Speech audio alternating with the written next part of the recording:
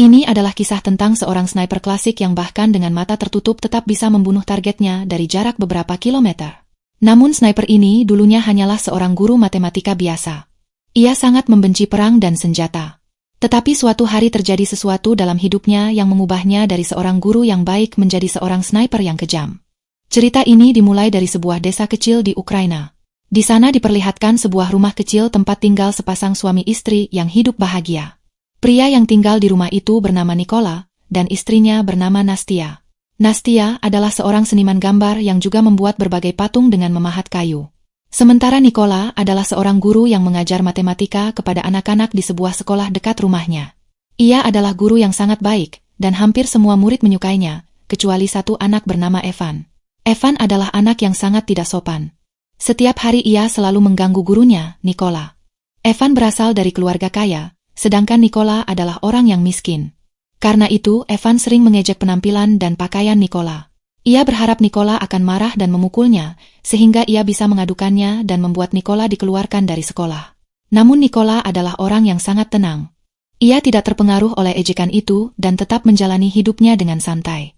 Karena di rumah Nikola tidak ada barang elektronik seperti televisi, ia jarang mengetahui berita tentang dunia luar. Suatu hari ketika Nikola berada di sekolah, ia mendengar berita di televisi bahwa Rusia telah menyerang Ukraina. Banyak tentara yang tewas dan Rusia telah menguasai banyak wilayah di Ukraina. Pada sore hari, ketika Nikola pulang ke rumah, ia mengetahui bahwa istrinya sedang hamil. Ia sangat bahagia karena sebentar lagi ia akan menjadi seorang ayah. Mereka berdua merayakan kabar bahagia itu bersama. Keesokan harinya Nikola berpamitan kepada istrinya lalu berangkat ke sekolah dengan sepeda untuk mengajar anak-anak. Namun di tengah perjalanan ia melihat dua tentara yang sedang merokok dan mengenakan seragam yang berbeda. Seragam itu tidak terlihat seperti seragam tentara Ukraina, sehingga membuatnya merasa aneh. Tetapi Nikola berpikir mungkin pemerintah telah mengganti seragam tentara, jadi ia tidak terlalu memikirkannya dan melanjutkan perjalanan ke sekolah. Ketika sampai di sekolah, ia melihat bahwa sekolah itu benar-benar kosong. Tidak ada satupun murid yang datang. Hal itu membuatnya merasa ada sesuatu yang tidak beres. Saat itu ia melihat berita di televisi yang mengatakan bahwa tentara Rusia telah memasuki Ukraina untuk menguasai wilayahnya. Saat itulah ia sadar bahwa dua tentara yang ia lihat di jalan tadi sebenarnya adalah tentara Rusia. Nikola langsung khawatir karena istrinya sedang sendirian di rumah.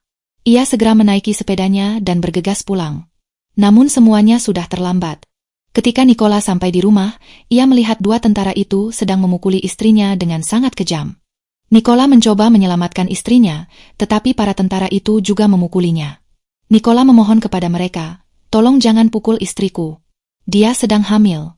Namun para tentara itu tidak peduli dan terus memukuli mereka berdua. Beberapa saat kemudian salah satu tentara Rusia memeriksa rumah Nikola. Ketika ia tidak menemukan sesuatu yang berharga, ia menjadi marah lalu membakar rumah itu dan mulai pergi. Melihat rumahnya terbakar, Nastia menjadi sangat marah. Ia mengambil sebuah batu dan melemparkannya ke arah para tentara Rusia. Melihat hal itu, salah satu tentara menembaknya. Nastia langsung tewas di tempat. Melihat istrinya mati, dunia Nikola seakan runtuh. Ia mendekati tubuh istrinya, memeluknya, dan menangis dengan sangat keras. Beberapa jam kemudian dua tentara Ukraina datang menghampirinya.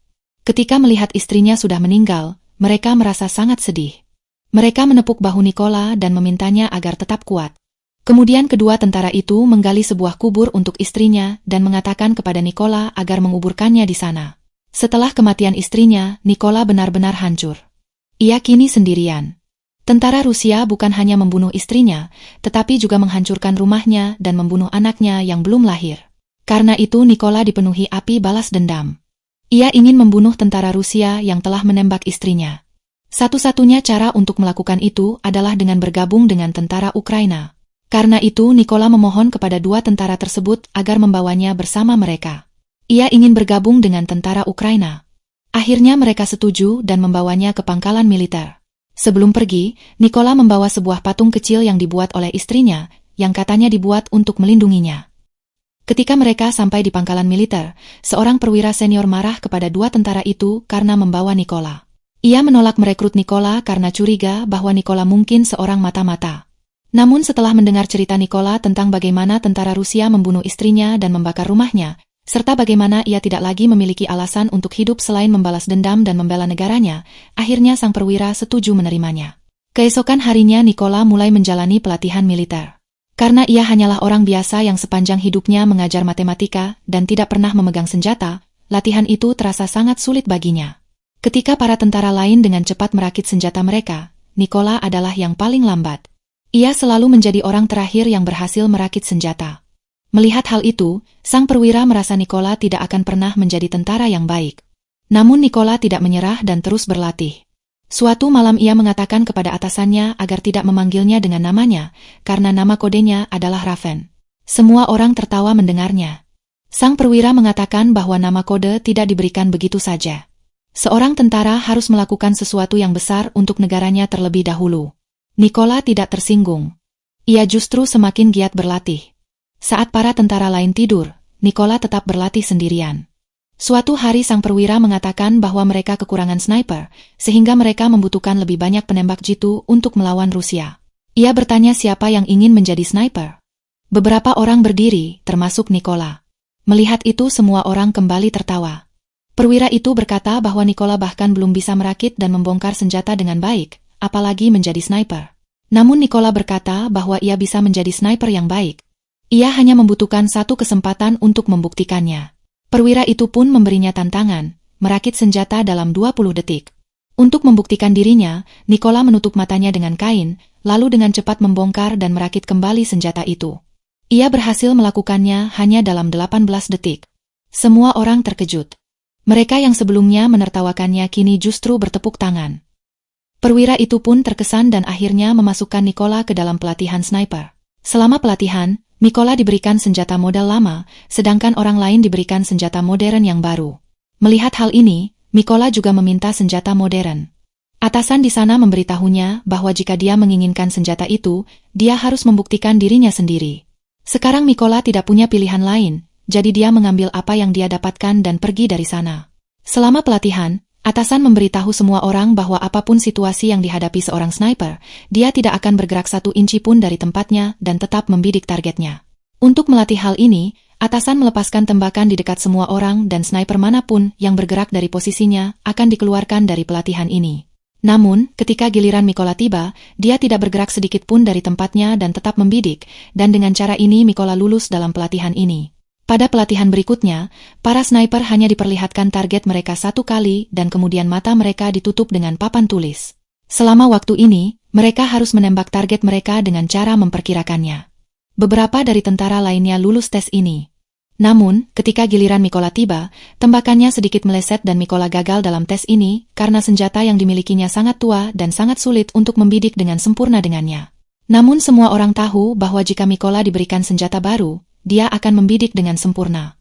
Pelatihan berikutnya lebih sulit bagi para sniper tersebut karena mereka harus menembak target mereka dalam cahaya flare dan itu pun di kegelapan malam.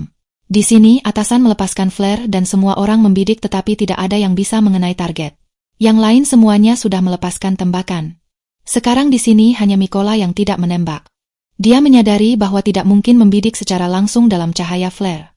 Oleh karena itu, ketika atasan melepaskan flare, alih-alih menembak, dia memperkirakan jarak targetnya dalam cahaya flare dan menggunakan pengetahuan matematikanya untuk melakukan tembakan yang sempurna. Melihat hal ini, senior dan tentara lainnya merasa sangat terkejut. Tugas ini belum pernah berhasil diselesaikan oleh siapapun sebelumnya. Hanya Nikola yang berhasil melakukannya. Seniornya sangat terkesan dengan Nikola dan akhirnya memberinya nama kode yang ia inginkan, yaitu Raven. Hari demi hari pun berlalu. Nikola berlatih dengan sangat keras dan memberikan seluruh kemampuannya dalam pelatihan. Akhirnya hari yang ditunggu datang, yaitu hari ketika hasil latihan mereka diumumkan. Di sana seorang kolonel memberi hormat kepada Nikola dan mengatakan bahwa ia telah lulus ujian tersebut. Beberapa hari kemudian kolonel datang menemui Nikola dan menyuruhnya untuk mengemas barang-barangnya karena mereka akan menjalankan sebuah misi. Mereka mendapat kabar bahwa beberapa tentara Rusia telah menguasai sebuah pos pemeriksaan. Disinilah cerita sebenarnya mulai berjalan. Tidak lama kemudian tim Nikola tiba di lokasi dan langsung mengambil posisi menembak. Mereka hampir saja menembak para tentara Rusia, tetapi tiba-tiba mereka melihat sebuah mobil mendekati pos pemeriksaan. Karena itu kolonel memerintahkan semua orang tidak menembak. Para tentara Rusia menghentikan mobil tersebut dan menyuruh orang-orang di dalamnya keluar. Mereka memeriksa paspor dan juga menggeledah seluruh mobil. Setelah semuanya terlihat aman, para tentara itu mengizinkan mereka pergi, tetapi menahan paspor mereka. Ketika orang-orang itu meminta paspor mereka kembali, para tentara Rusia malah memukuli mereka dengan keras. Melihat hal itu, kolonel akhirnya memberi perintah untuk menembak. Dalam satu momen saja, semua sniper langsung menembak target masing-masing dan para tentara Rusia itu pun tewas. Dengan begitu misi pertama mereka berhasil diselesaikan. Setelah misi selesai, mereka kembali ke pangkalan. Di sana Nikola menyadari bahwa banyak rekannya tidak ada di markas. Ia menjadi khawatir dan bertanya kemana mereka pergi. Ia diberitahu bahwa teman-temannya telah dikirim ke misi lain. Keesokan harinya Nikola mendapat kabar bahwa dalam misi tersebut banyak rekannya tewas. Mereka semua dibunuh oleh seorang sniper Rusia bernama Siri, yang dikenal sebagai sniper terbaik Rusia. Beberapa hari kemudian Nikola bersama timnya menjalankan misi berikutnya. Setibanya di lokasi, mereka menanam ranjau darat di berbagai tempat dan mengambil posisi. Tidak lama kemudian tentara Rusia datang. Bersama mereka ada Evan, yaitu murid yang dulu sering mengganggu Nikola di sekolah. Sekarang Evan telah bergabung dengan tentara Rusia. Ketika kolonel memberi perintah untuk menembak, Nikola sempat ragu karena ia tidak ingin membunuh muridnya sendiri. Namun akhirnya ia menyingkirkan perasaannya. Ia menembak ranjau darat yang telah dipasang, dan terjadi ledakan besar yang menewaskan Evan dan semua tentara Rusia. Setelah semuanya selesai, kolonel dengan marah bertanya kepada Nikola mengapa ia ragu ketika diberi perintah menembak. Nikola menjawab bahwa di antara tentara Rusia itu ada mantan muridnya, dan ia tidak ingin membunuhnya. Kolonel menjelaskan bahwa Nikola tidak perlu merasa bersalah. Di medan perang, Evan bukan lagi muridnya, melainkan musuhnya. Bergabung dengan tentara Rusia adalah pilihan Evan sendiri. Setelah misi selesai, mereka kembali ke kamp militer. Kolonel sangat percaya kepada Nikola dan sering menghabiskan waktu bersamanya. Suatu hari kolonel menunjukkan foto keluarganya dan mengatakan bahwa ia memiliki 2 anak perempuan. Anak-anaknya tidak tahu bahwa ayah mereka adalah seorang tentara. Ia mengatakan kepada mereka bahwa ia bekerja sebagai seorang pebisnis. Bahkan istrinya pun tidak pernah memberitahu anak-anak mereka bahwa ia adalah seorang tentara. Di sana Nikola juga menceritakan kisah hidupnya tentang bagaimana tentara Rusia membunuh istrinya dengan sangat kejam. Saat menceritakan itu, Nikola menjadi sangat emosional, tetapi kolonel menenangkannya. Keesokan paginya mereka menjalankan misi baru yang sangat penting. Mereka mendapat informasi bahwa sekelompok tentara Rusia akan melewati sebuah jalur. Kolonel dan Nikola segera menuju lokasi dan mengambil posisi menembak. Tidak lama kemudian mereka melihat 2 tentara Rusia yang sedang menunggu tim mereka datang. Nikola kemudian menyadari bahwa salah satu tentara itu adalah orang yang menembak istrinya. Ia meminta izin untuk menembak, tetapi kolonel melarangnya. Nikola semakin marah karena tujuan utamanya bergabung dengan tentara adalah untuk membalas kematian istrinya. Ia kembali meminta izin menembak, tetapi kolonel tetap menolak. Akhirnya Nikola tidak mampu menahan emosinya dan menembak tentara tersebut. Tentara itu langsung tewas. Namun tembakan itu membuat tentara Rusia lainnya mengetahui lokasi mereka. Kolonel marah dan berkata, "Apa yang sudah kamu lakukan?" Lebih buruk lagi, sniper paling berbahaya Rusia, Siri, ternyata juga berada di sekitar lokasi dan sekarang ia juga mengetahui posisi mereka. Kolonel mencoba mencari posisi Siri, tetapi sebelum ia menemukannya, Siri menembaknya tepat di kepala. Kolonel langsung tewas di tempat. Saat itu Nikola sadar bahwa ia telah membuat kesalahan besar. Karena kesalahannya, kolonel kehilangan nyawanya. Tentara Rusia mulai menembaki posisi Nikola dengan sangat hebat. Melihat situasi semakin buruk, Nikola memutuskan untuk mundur. Ia mengangkat tubuh kolonel dan mundur dari posisi itu. Setelah berhasil keluar dari wilayah musuh, ia kembali ke pangkalan militer. Nikola sangat menyesal atas kematian kolonel dan menyalahkan dirinya sendiri. Ia bersumpah akan membunuh Siri untuk membalas kematian kolonel. Tidak lama kemudian Nikola mendapat informasi tentang 2 sniper Rusia. Ia langsung pergi menjalankan misi baru dan berhasil membunuh salah satu sniper tersebut. Namun sniper lainnya berhasil menembak lengannya. Meski terluka, Nikola tetap melawan dan akhirnya berhasil membunuh sniper kedua. Karena lukanya cukup parah, ia kemudian pergi ke markas rahasia untuk beristirahat. Saat itu seorang mayor dari militer menghubunginya dan mengatakan bahwa mereka telah menemukan lokasi sniper yang membunuh kolonel, yaitu Siri. Nikola kembali ke markas. Mayor menjelaskan bahwa Siri adalah sniper terbaik Rusia yang hampir tidak pernah meleset. Ia bahkan telah membunuh 6 sniper terbaik Ukraina. Selain itu, Siri sering merekam aksinya dan mengunggahnya ke media sosial untuk melemahkan semangat tentara Ukraina. Karena itu mereka tidak boleh meremehkannya. Mereka kemudian menyusun sebuah rencana. 2 tim akan menyerang dari 2 arah. Tim pertama menyerang dari depan untuk mengalihkan perhatian musuh, sementara tim kedua menyerang dari belakang. Sementara itu Nikola akan masuk ke dalam gedung tempat Siri berada dan membunuhnya. Setelah rencana selesai, mereka menuju lokasi. Semua sniper mengambil posisi masing-masing. Nikola diam-diam masuk ke dalam gedung dan menemukan dua tentara Rusia yang sedang berbicara. Ia langsung membunuh mereka dan terus masuk lebih dalam. Kemudian ia memberi sinyal kepada timnya. Setelah menerima sinyal itu, para sniper Ukraina mulai menembak dan membunuh semua tentara Rusia. Siri merasa ada sesuatu yang tidak beres karena tidak ada satupun rekannya yang memberi laporan. Ia naik ke atap gedung, tetapi di sana ia menemukan sniper Rusia yang sudah mati. Saat itulah ia menyadari bahwa tentara Ukraina telah mengepungnya. Ia mencoba meminta bantuan dari markasnya, tetapi pasukan bantuan baru bisa tiba dalam 10 menit. Siri kembali ke posisinya untuk mencari tentara Ukraina. Namun ia melihat sebuah patung kecil di atas meja.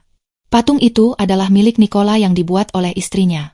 Saat Siri masih mencoba memahami situasi, Nikola tiba-tiba menyerangnya dan menusuknya dengan pisau hingga tewas. Keributan itu membuat sniper Rusia lain menjadi waspada. Namun sebelum ia sempat bertindak, Nikola melempar granat dan membunuhnya. Tidak lama kemudian tim bantuan Rusia tiba di gedung tersebut, tanpa mengetahui bahwa Siri sudah mati. Ketika mereka mencoba menghubungi Siri, Nikola yang mengangkat telepon itu dan mengatakan bahwa mereka semua akan mati. Setelah itu ia menembak sopir truk mereka. Para tentara Rusia langsung panik dan melompat keluar dari truk. Namun mereka tidak tahu bahwa para sniper Ukraina sudah menunggu mereka. Tentara Ukraina kemudian menembak dan membunuh mereka satu persatu. Beberapa hari setelah misi itu selesai, Nikola pergi ke kuburan istrinya. Ia mengatakan bahwa janji yang pernah ia buat akhirnya sudah terpenuhi. Ia telah membunuh semua orang yang membunuh istrinya dan kolonel. Di sana Nikola bersumpah bahwa ia akan terus melayani negaranya sampai akhir hidupnya. Setelah itu ia pergi, dan cerita film ini pun berakhir. Jika kalian menyukai video ini, jangan lupa subscribe channel kami dan like videonya.